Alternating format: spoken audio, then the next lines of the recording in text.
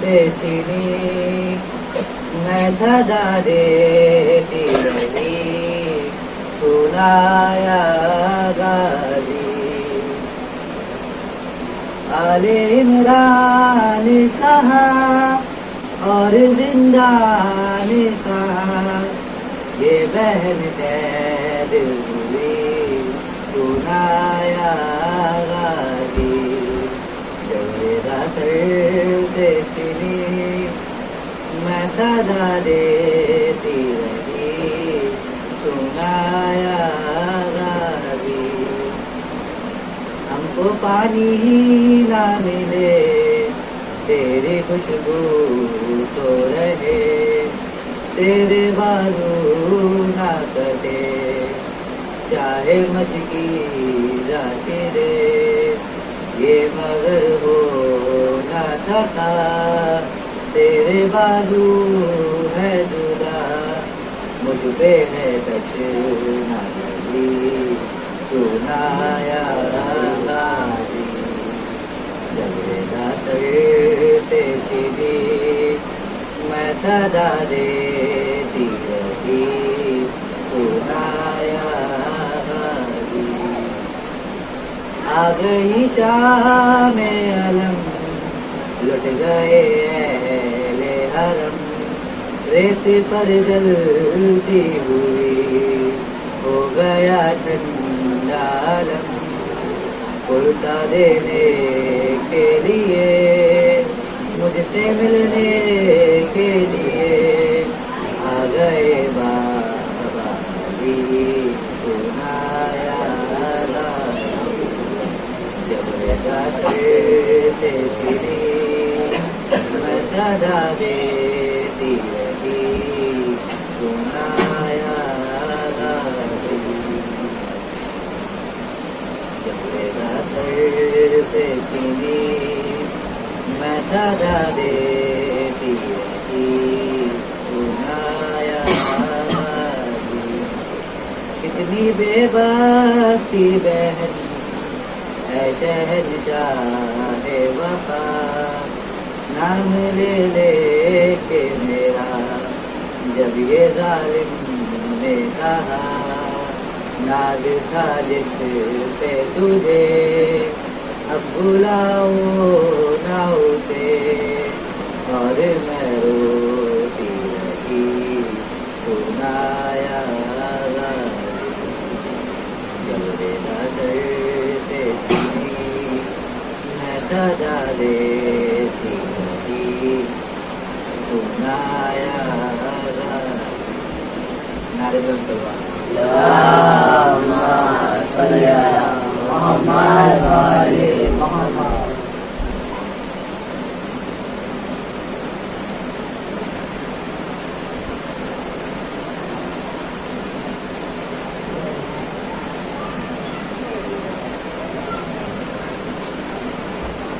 لا حول ولا قوة إلا بالله العلي العظيم أعوذ بالله من الشيطان الرجيم بسم الله الرحمن الرحيم الحمد لله الذي هدانا لهذا وما كنا لنهتدي لولا أن هدانا الله لقد جاءت رسول ربنا بالحق الصلاة والسلام على سعد الدين والإسلام والحل والحرام والركن والمقام والصلاة والصيام والسجود والقيام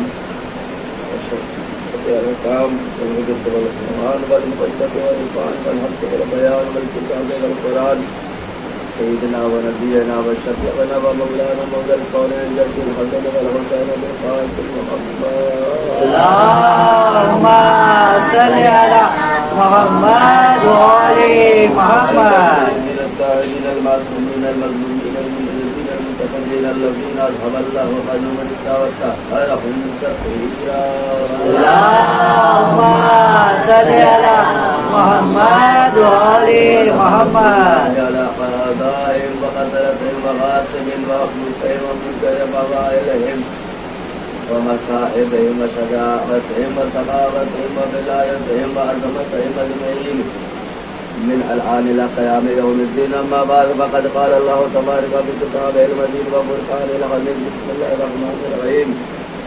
وإذا ابتلى إبراهيم ربه بكلمات فأتمهن قال إني جعلك للناس إماما وقال من ذريتي وقال لا ينال أحد الظالمين إلا محمد وآل محمد اللهم صل على محمد وآل محمد. القدر حضور الآن عزیز الآن ملت کہ اس ایام اذان کی اور رسول اللہ کی اس مبارکہ میں موضوع مجلس سماعت کر رہے ہیں اور الحمدللہ اصل سماعت ہے اور دھیرے دھیرے مجھے مجلس میں بھی داخل ہو گئے اور یہ وہ آیت ہے جو مسلسل اس کی تلاوت کی جا رہی ہے، اس سے آپ احتیاط ہو رہے ہیں. اور ہم نے آپ کو اس سے پہلے یہ بیان کیا کہ کچھ ایسے الفاظ تھے جناب ابراہیم کے زمانے میں سنے گئے. اس سے پہلے آدم سے لے کر جناب طارق تک یہ لفظ سے لوگ آشنا تھے، نہ آشنا تھے. ایک لفظ اسے مسلمان کہا گیا، اس سے دنیا والے لابلد تھے، جانتے نہ تھے. اور ایک لفظ ہے ایمان کا. یہ بھی میں نے آپ کے سامنے بیان کیا کہ آخر عہدے کے بعد بھی جناب ابراہیم نے صرف امام ہی کا کیوں عہدہ اپنی شریعت میں مانگا، اس کو بھی میں نے واضح کیا. مگر حالی گرامی پر ذرا آئیے اس آیت کو ذرا پھر سے دیکھیے. جب اللہ کے خلیل نے کہا کہ پروردگار امامت کو ہمارے شریعت میں رکھے، تو فوراً اللہ نے کہا لا ینال احد الظالمین، یہ عہدہ بالکل تمہارے اولادوں میں تو رہے گا مگر ظالمین تک نہیں پہنچ سکتا. زمانہ گزرتا رہا، ہمارے 8ویں ماہ کا زمانہ آیا اور محمود رشید نے اپنے دربار میں مناظرہ رکھا. آپ یہ بتائیے کہ امامت کسے ملے گی؟